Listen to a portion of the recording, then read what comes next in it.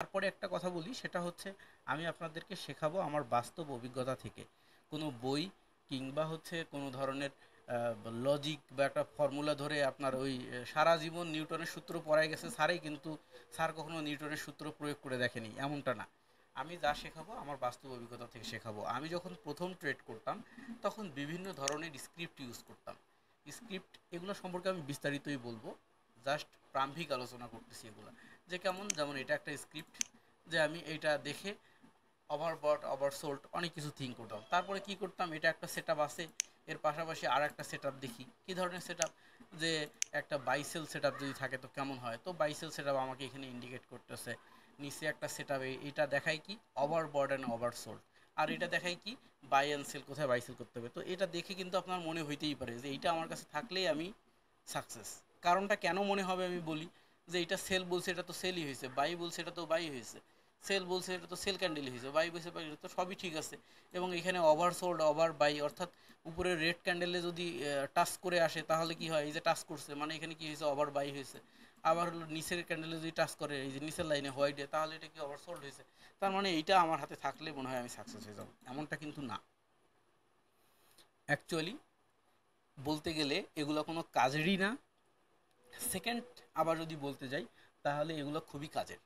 কখন কাজের না, কখন কাজের, যখন কিনা আপনি ওভারঅল সিস্টেমটা জানেন, আপনার বেসিক থিঙ্কিং জানেন। অর্থাৎ আপনি জানেন যে জ্বরের লক্ষণ কি কি, জ্বরের জ্বর হলে মেডিসিন কি কি, জ্বরের লক্ষণ কি কি, জ্বর হলে মেডিসিন কি কি, সবই জানেন। এখন আপনার দরকার একটা টেস্টিং টুলস, অর্থাৎ থার্মোমিটার, যেটা কিনা আপনি হাত দিয়ে হয়তো বা আইডিয়া করতে পারবেন যে জ্বর খুবই 100 ডিগ্রির উপরে, কিন্তু কত ডিগ্রি এক্স্যাক্ট বলতে পারবেন না। এই জন্য আপনার একটা কি থার্মোমিটারের দরকার। প্রেশারটাকে পরিমাপ করার জন্য একটা স্ট্যাটোস্কোপ দরকার, বা ইকো করার জন্য একটা ইসিজি মেশিন দরকার। এই তো জিনিসগুলা। তো কি, ডাক্তার পড়াশোনা করার পরেই কিন্তু এই টুলসগুলোর হেল্প নিয়ে সঠিক একটা ডিসিশান নেয়। দেন ডিসিশান নেওয়ার পর মেডিসিন কী দিতে হবে, চিকিৎসা দিতে হবে, এটা কিন্তু তার ব্রেন থেকে দেয়, কোনো মেশিন থেকে দেয় না। সো লাইক আস, যখন আপনার পড়াশোনা শেষ, আপনি সবই জানেন, অ্যানালাইসিস বুঝেন, সব কিছুই জানেন, তখন যদি আপনি এই জিনিসগুলো ইউজ করেন তাহলে এটা আপনার জন্য উপকারে আসবে। কিন্তু কোনো কিছুই না, আমি এটা আপনাকে দিয়ে দিলাম আর বললাম যে এই যে দেখেন, সেল দেখলে ক্লিক, বাই দেখলে ক্লিক, আপনি করবেন, আপনার অ্যাকাউন্ট খালি, বাড়িঘর সব বেশি দিতে হবে। তাহলে কি হবে, এগুলো সেট আপ দিয়ে কোনো কাজ হবে না। কিন্তু সেট আপ দিয়ে কাজ হবে যখন আমি সব বিষয় জানবো।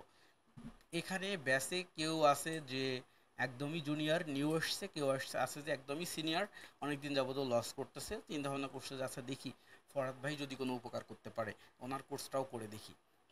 তো প্রত্যেকের জন্যই যেটা হচ্ছে, যে কিনা পুরাতন সে সাপোর্ট রেজিস্ট্যান্স অমুক তমুক সবই জানেন, আর হলো যে যে নতুন সে কিছুই জানে না। সো আমি আমি চেষ্টা করব এই 10টা ক্লাসের মধ্যে পুরো ব্যাপারটাকে তুলে ধরার জন্য। আর 2 নম্বর হচ্ছে, হয়তোবা আপনি জানেন ব্যাপারগুলো, কিন্তু আমি যেভাবে গোছায় নিতে চাচ্ছি হয়তোবা আপনি ভিন্নভাবে জানেন। সো প্রথম থেকেই দেখবো এবং মনোযোগ দিয়ে সবই দেখবো।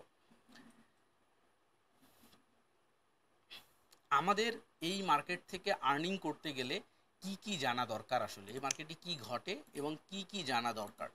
সবচেয়ে বড় কথা হচ্ছে এইটা, যে এই মার্কেটে আসলে ঘটে কি এবং এখানে কি কি জানা দরকার। আমাদের এই মার্কেটে আমাদের দরকার হচ্ছে যে আমরা একটা নির্দিষ্ট টাইমের জন্য মার্কেটে বিনিয়োগ করব। তো আমরা দেখা গেল যে চিন্তা ভাবনা করি যে ধান কয়েকদিন পরে বিক্রি করব, যদি কয়েকদিন পরে বিক্রি করি দাম বাড়বে, তখন আমি বেশি লাভ পাবো। আবার যারা বিজনেস করে তারা কি করেন, ধান কিনে রাখে, যখন ধানের দামটা বাড়ে তখন বিক্রি করে। সো এখানেও ঠিক তেমন কাহিনী, আমরা ডিজিটালি জিনিসটা করতেছি। আর হলো যে যারা ব্যবসা করে, মানে হাতে সরাসরি ফিজিক্যালি ব্যবসা করে, তারা ধান কিনে রাখে, ভুট্টা কিনে রাখে। আর আমরা যেটা করি কি, আমরা কারেন্সিতে একটা অ্যামাউন্টকে ব্লক করে রাখি, তারপরে যখন এটার প্রাইস বাড়ে তখন আমরা সেল করে দিই। আর এই প্ল্যাটফর্মগুলো কি করে, প্ল্যাটফর্মগুলো আমাদেরকে এটা করার জন্য সাহায্য করে। যেমন আপনি যদি সরাসরি কোনো প্রকারের কোনো নিলামে যান কিংবা কোনো শেয়ার মার্কেটের স্টক কিনতে যান, তখন কিন্তু এখানে সরাসরি ডাক দেয়, সেই ডাকের মধ্যে ফর্ম ফিল আপ করে জমা দিতে হয়।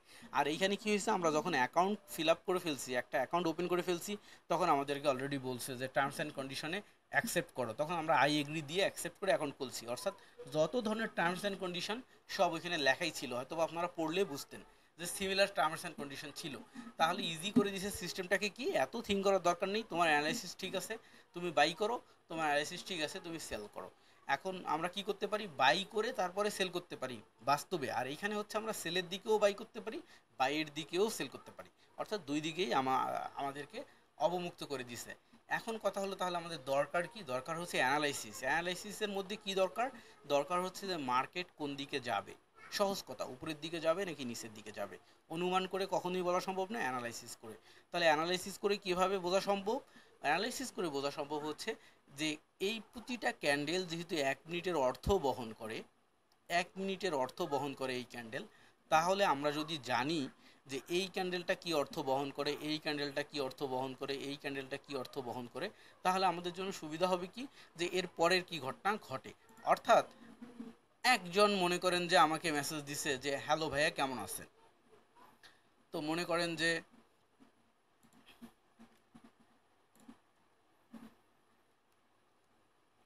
একজন আমাকে মেসেজ দিল, মনে করেন যে কারো একটা পার্সোনাল মেসেজ ওপেন না করাই ভালো, আমি আমারই একটা মেসেজ ওপেন করি, কোথায় লিখলাম, আচ্ছা আসে, আচ্ছা অত কিছু দেখার দরকার নেই। মনে করেন এই যে ইমোজি, আমি যদি একটা ইমোজি সেন্ড করি, এই ইমোজিটা তো বিরক্তিকর দেখাচ্ছে, এটা স্মাইল দেখাচ্ছে তাই না, এইটা হচ্ছে আমি একটু করে দুষ্টুমি করতেছি তাই না, আবার হচ্ছে এংরি দেখাচ্ছে তাই না, কত ধরনের ইমোজি, আমি তাকে লাভ রিয়াক্ট করলাম, সো কি আমি আমি এটা দিলাম মানে আমি স্ট্রং, হ্যাঁ যে আমি এটাতে উইন হয়েছি, পারছি বা পারবো।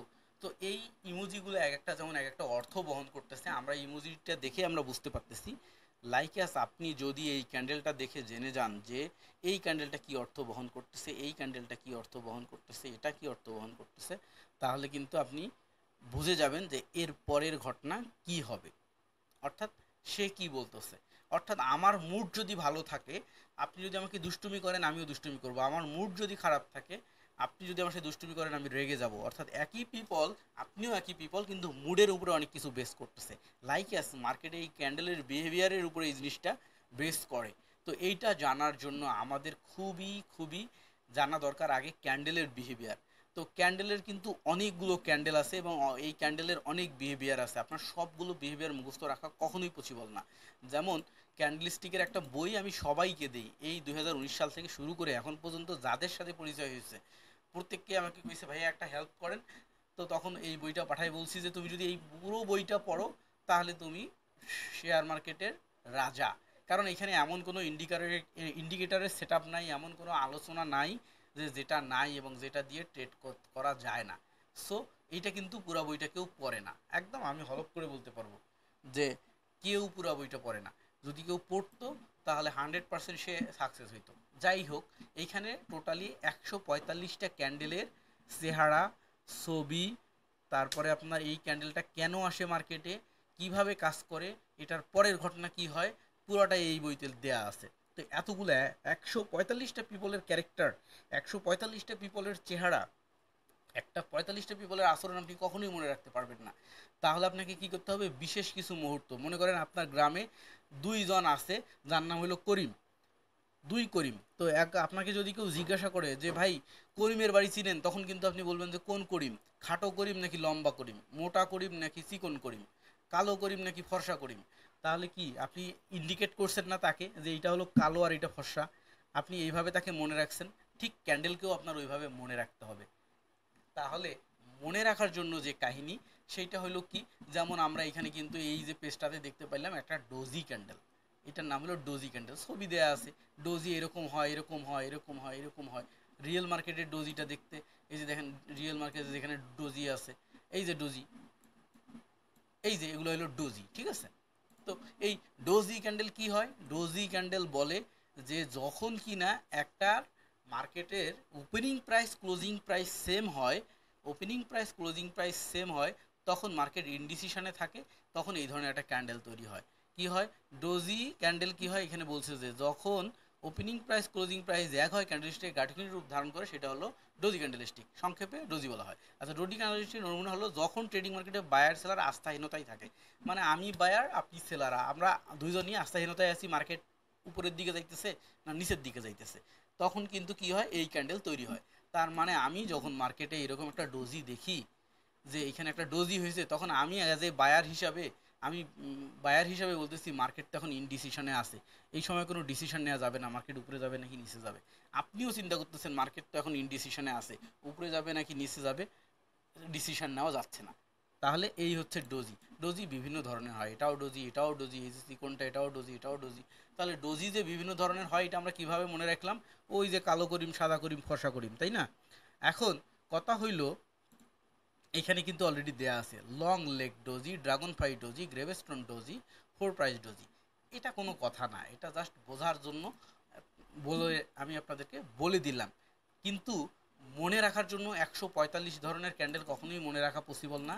আমি 14টা ক্যান্ডেলের নোট করছি, এই 14টা ক্যান্ডেলের নোট আপনাদেরকে দিব, এই 14টা ক্যান্ডেলকে আপনারা মনে রাখবেন। এখানে 14টা ক্যান্ডেলের নোট আছে এবং বিহেভিয়ার আছে, ক্যারেক্টার আছে।